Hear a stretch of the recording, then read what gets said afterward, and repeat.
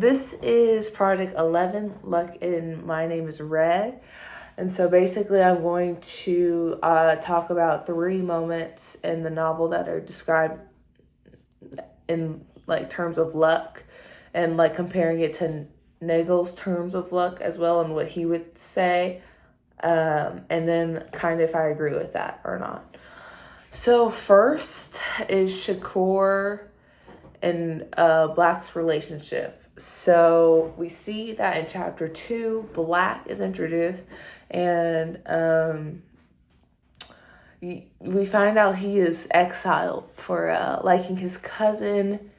And then in chapter 9, we get to know that they're not only cousins, but there is a 12-year difference when he first started liking her. Because he started to like her when she was 12 and he was 24. So obviously they're not married or in an actual relationship, but he does actually have feelings for her. So obviously that, and morally, that does seem wrong. Not only that they're cousins, but like modernly, that yes, they're cousins, but also there's a big age difference there, especially since he started to like her when she was 12, not necessarily when she was older. And so how we might look at it is like, oh, we're going to judge him and he's taking advantage of her youth. But really, when you look more into it, honestly, he, I guess, actually does have feelings for her, like true feelings for her, not really taking advantage of her, but like for real has feelings for her. And we get to see that in a later chapter. But Nagel would say our moral judgment depends on circumstantial luck. Yes, so in that time period, in Istanbul, Turkey, or the Ottoman society, marriages of such like age differences was kind of normal. Like even in historical time, not even in Ottoman society, but just history in general, there have been many instances of,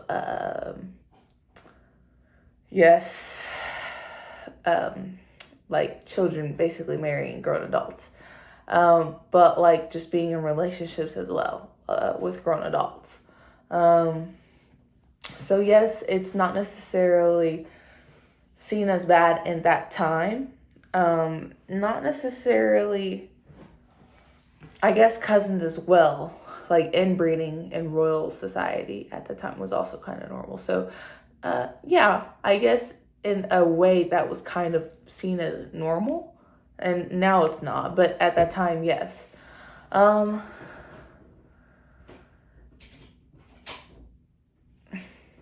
Yeah, so that's Nagel's interpretation, is that it's like normal. That's circumstantial and it's kind of normal. Like that's kind of what it seems like.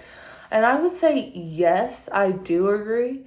Like right now that would be like bad to me, but I guess at that time I do understand that that is kind of seen as normal. So I do understand that.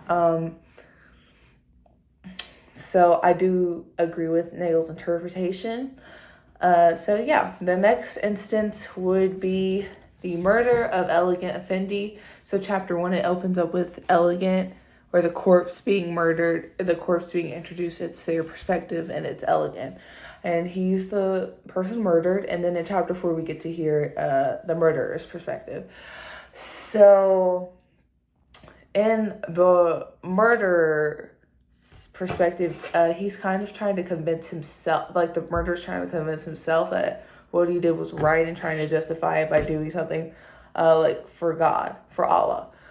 And so we would, like in normal society, we would kind of judge him for like, why would we even do such a thing? And also like even Professor Doug, he also even was like, no, that's wrong.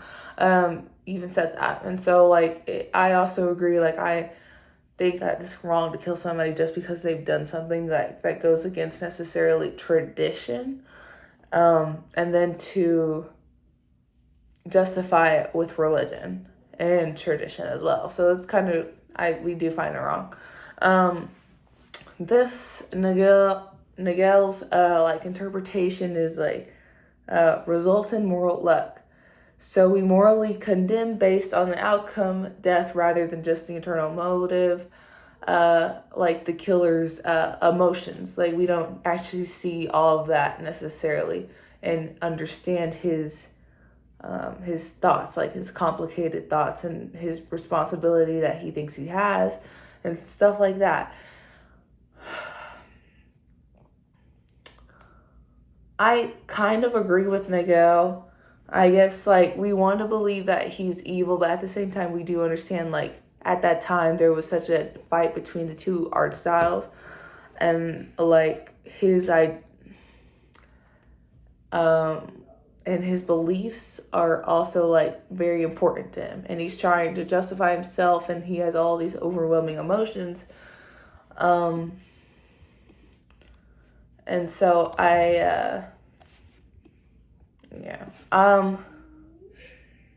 so he is like a victim to his constitutive maybe luck. So like what he's influenced by, like his character, his faith. So yes, but at the same time I feel like it's just not right. Not necessarily purely evil, but it was wrong necessarily. It wasn't necessarily downright like he did it just to defy. Like no, he did actually feel bad about it in the end as well. So it's not like he was purely evil. But yes, I do agree. And then the next last thing is Shakur's situation as a widow, and we get to learn more about her perspective in chapter 9. We know that in Black's chapter, in chapter 2, he talks about how like yes, she was a widow. He found that out. But like we get to actually know more about it in chapter 9. And so like we get to know that her husband went missing, and he was a soldier, he went missing, and then how she was treated in her in-laws' household, and how she had to move back to her father's household. I guess in some societies, mainly in like older societies where like women were like supposed to bow down to like a patriarchal society, and like yes, they would see that as kind of wrong. Like why didn't she just stay and like remarry and follow the rules basically, and marry her brother-in-law and like follow that, like I guess being submissive, I guess, of a sort. But at the same time, like nowadays, that's not necessarily, we would understand why she didn't stay.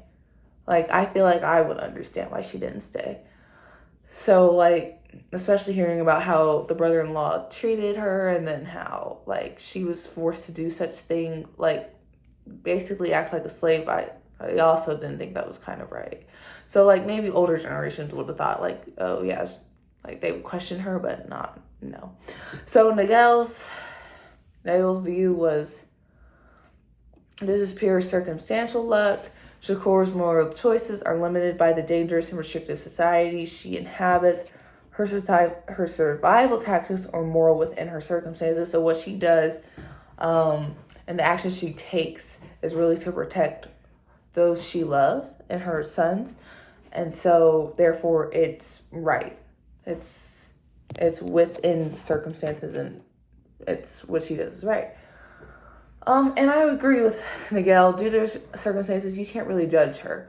And I definitely understand, like, I totally don't judge her at all. So, honestly, yeah, I don't understand anybody who would, considering when you get to hear some of her perspective as well. So, yeah, that's all.